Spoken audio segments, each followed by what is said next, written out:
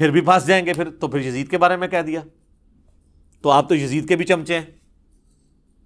وہ پھر کہتے ہیں چھوٹی قربانی کر لو، بڑے کو بچا لو، لیکن سر نہیں، بڑے نے اگر کوئی کام ڈالا ہے تو وہ کیسے بچے گا؟ یہ حدیث صرف ترمذی ابو داؤد کے اندر موجود نہیں ہے، یہ حدیث میرے بھائی مسند ابی داؤد الطیالسی کے اندر بھی موجود ہے، اور اس میں الفاظ یہ ہیں کہ وہ تابعی، یہ پوری حدیث اسی طریقے سے ہے، وہ تابعی جب کہتا ہے نا یہ بدترین بادشاہ ہیں، یہ وہ جب صحابی کہتے ہیں حضرت سفینہ اور 30 سال خلافت ہے، تو وہ کہتے ہیں پھر حضرت معاویہ کون ہے؟ تو انہوں نے کہا حضرت معاویہ جو ہے وہ مسلمانوں کا پہلا بادشاہ ہے، یعنی انہوں نے کہا یہ خلافت راشدہ سے باہر۔ یہاں بھی ہمیں ایکسپوز ہو گیا کہ وہ کس کو سنگل آؤٹ کر رہے تھے۔ ابھی بھی تسلی نہ ہو تو اس کا ایک اور طریق ہے المصنف ابن ابی شیبہ کے اندر، اس میں الفاظ ہیں کہ یہ بنو امیہ بدترین بادشاہت ہیں اور ان کا پہلا بادشاہ معاویہ ابن ابی سفیان ہے۔ انہوں نے اس سب کو کہہ کے یہ بھی بتا دیا سرغنہ کون ہے۔ تو اب اس حدیث میں حضرت سفینہ کا 74 ہجری میں فوت ہونا یزید ابن معاویہ کو یعنی بیچ میں لانے کا ذریعہ نہیں بن سکتا۔ انہوں نے سٹارٹ کیا ہے 41 ہجری سے، صلح حسن سے۔ تو یہ مسئلہ آپ کو کلیئر ہو گیا۔ یہ الحمدللہ ساری کی ساری احادیث میں نے اس ریسرچ پیپر کے اندر ڈالی ہوئی ہیں، انشاءاللہ ہم اپنی ویڈیو کے اندر بھی جو ہے نا وہ ڈسپلے کروا دیں گے انشاءاللہ تعالی۔ اچھا، اب میرے بھائیوں یہ جو کاٹ کھانے والی ملوکیت ہے اس پہ پھر بولا جائے پھر گھنٹوں چاہیے، تو میں نمونے کے طور پر صرف 3 احادیث کور کروں گا جس سے آپ کو اوورال ڈاکٹرن کلیئر ہو جائے اس ٹاپک کے اوپر۔ پہلی حدیث صحیح مسلم کے اندر کتاب الامارہ چیپٹر میں، حکمرانوں والے چیپٹر کے اندر، انٹرنیشنل نمبر کے مطابق 4776، سیدنا عبداللہ بن عمر بن عاص خانہ کعبہ کے سائے میں بیٹھے ہوتے ہیں، دیوار کے ساتھ ٹیک لگا کے، صحابی رسول ہیں۔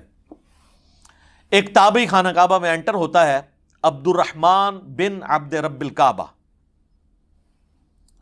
تو وہ سنتا ہے کہ حضرت عبداللہ بن عمر بن عاص حکمرانوں کی اطاعت سے متعلق حدیث سنا رہے ہوتے ہیں، تو چپ کر کے سنتا رہتا ہے۔ اینڈ پہ وہ پوچھتا ہے کہ حضرت کیا آپ نے یہ واقعی رسول اللہ سے یہ بات سنی تھی کہ حکمرانوں کی اطاعت اس طریقے سے ہونی چاہیے؟ تو انہوں نے کہا ہاں، اللہ کی قسم میں نے رسول اللہ کو دیکھا، میرے کانوں نے آپ کی آواز سنی، میرے دل نے آپ کی باتوں کو یاد رکھا۔ تو انہوں نے کہا اگر یہی بات ہے تو آپ کے چچا کا لڑکا معاویہ بن ابی سفیان، یہ چچا زاد لگتے تھے نا آپس میں، عمرو بن عاص کے بیٹے ہیں نا، تو وہ تو ہمیں کہتا ہے کہ ہم آپس میں ایک دوسرے کو ناحق قتل کریں اور ایک دوسرے کا مال ناحق طریقے سے ہڑپ کریں، حرام خوری بھی اور قتل و غارت بھی، جبکہ اللہ تعالیٰ قرآن میں فرماتا ہے، سورۃ النساء کی آیت نمبر 29 اس نے تلاوت کی کہ اے ایمان والو آپس میں ایک دوسرے کو قتل مت کرو، اپنوں کو قتل مت کرو، اپنوں قتل یعنی ایک دوسرے کو، سارے مسلمان آپس میں بھائی ہیں، اور ایک دوسرے کا مال ناحق طریقے سے ہڑپ مت کرو۔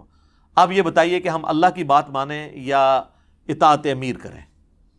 اب یہ ایک صحابی کو ایک تابعی نے ایک بہت بڑی بات کر دی، تو انہوں نے نہیں کہا کہ تم رافضیوں والی باتیں کر رہے ہو، تمہیں ایران سے کوئی فنڈنگ ہوتی ہے، نہیں کہا۔ تھوڑی دیر کے لیے خاموشی اختیار کر لی انہوں نے۔ اب سوچ میں تو پڑ گئے ہوں گے میں کیا کروں، رشتہ داری تو میری نکال رہا ہے۔ تو پھر انہوں نے سر اٹھا کے کہا کہ معاویہ کی اطاعت کرو ان باتوں میں جس میں وہ اللہ کی اطاعت کے اندر حکم دے، اور جس میں وہ اللہ کی نافرمانی کا حکم دے اس میں اس کی نافرمانی کرو، اور یہی ایٹیچیوڈ ہونا چاہیے۔ بخاری اور مسلم کی متفق علیہ حدیث ہے، مولا علی کہتے ہیں کہ نبی علیہ السلام نے فرمایا کہ خالق کی معصیت میں، اللہ کی نافرمانی میں مخلوق کی کوئی اطاعت نہیں ہے۔ کئی لوگ یہ بولے بن کے پوچھ رہے ہوتے ہیں نا جی میری ماں اجازت نہیں دے رہی داڑھی رکھنے کی تو میں رکھوں یا نہ رکھوں؟ تو وہ نبی علیہ السلام نے فرما دیا ہے کہ اللہ کی اطاعت کے اندر مخلوق کی اطاعت نہیں ہوگی، اور جس بات میں اللہ کی نافرمانی ہو رہی ہوگی وہ آپ نے کام نہیں کرنا، آپ نے مخلوق کی نافرمانی کر دینی۔ تو یہ ایک اوورال پورا آپ کو پکچر کلیئر کر دے گی۔ ایک اور حدیث، اچھا یہ تینوں کی تینوں حدیثیں صحیحین میں، بلکہ ابھی تک آپ دیکھ رہے ہیں ساری مشہور کتابوں سے۔ دوسری حدیث صحیح بخاری میں 4108، تحکیم کے بعد جب حضرت معاویہ رضی اللہ تعالیٰ عنہ مدینہ شریف آتے ہیں، یہ فتح الباری میں پورا اس کا سیاق و سباق موجود ہے کہ کس موقع پہ ہوا.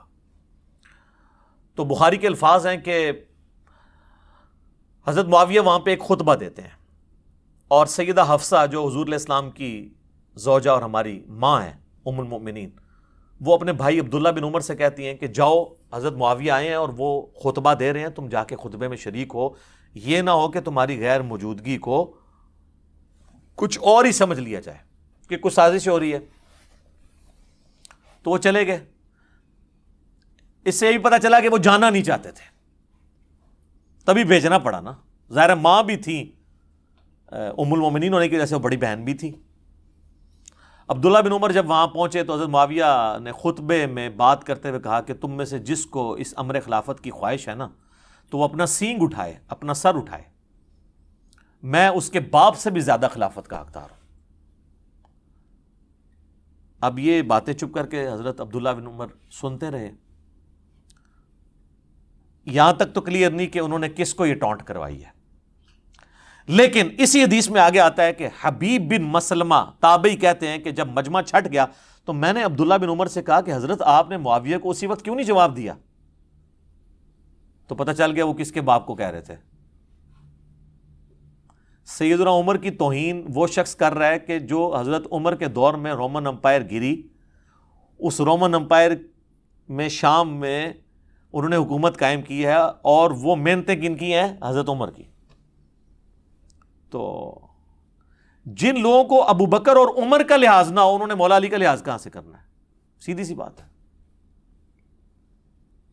تو عبداللہ بن عمر کہتے ہیں کہ میں نے ارادہ تو کیا کہ میں اپنی گوٹ کھولوں، یوں کر کے احتبا کر کے دونوں گھٹنوں کو یوں لے کے بیٹھے تھے، اور میں اسے وہیں بھرے مجمع میں جواب دوں کہ تجھ سے زیادہ خلافت کا حقدار وہ ہے کہ جس نے تم دونوں باپ بیٹا ابو سفیان سے اور معاویہ سے رضی اللہ عنہما، ہم تو احترام سے ہی نام لیں گے، ظاہر صحابیت تو ہے، تم باپ بیٹا سے جنگ کی ہوئی ہے جب تم دونوں کافر تھے اور ہم مسلمان تھے. یعنی تم لوگ جونیئر مسلمان ہو، طلقاء ہو، فتح مکہ پہ مسلمان ہوئے ہو، اور آج ہم سینئر مسلمانوں کو کہہ رہے ہو تم لوگوں کے ساتھ تو ہم جنگیں لڑ چکے ہیں، تم لوگوں کو ہم نے مار مار کے اسلام میں داخل کیا. ظاہر ہے کہ وہ مارے کھائی ہیں تو پھر آہستہ آہستہ ان کو ہوش آئی ہے نا کہ اسلام کا پلڑا بھاری ہو گیا.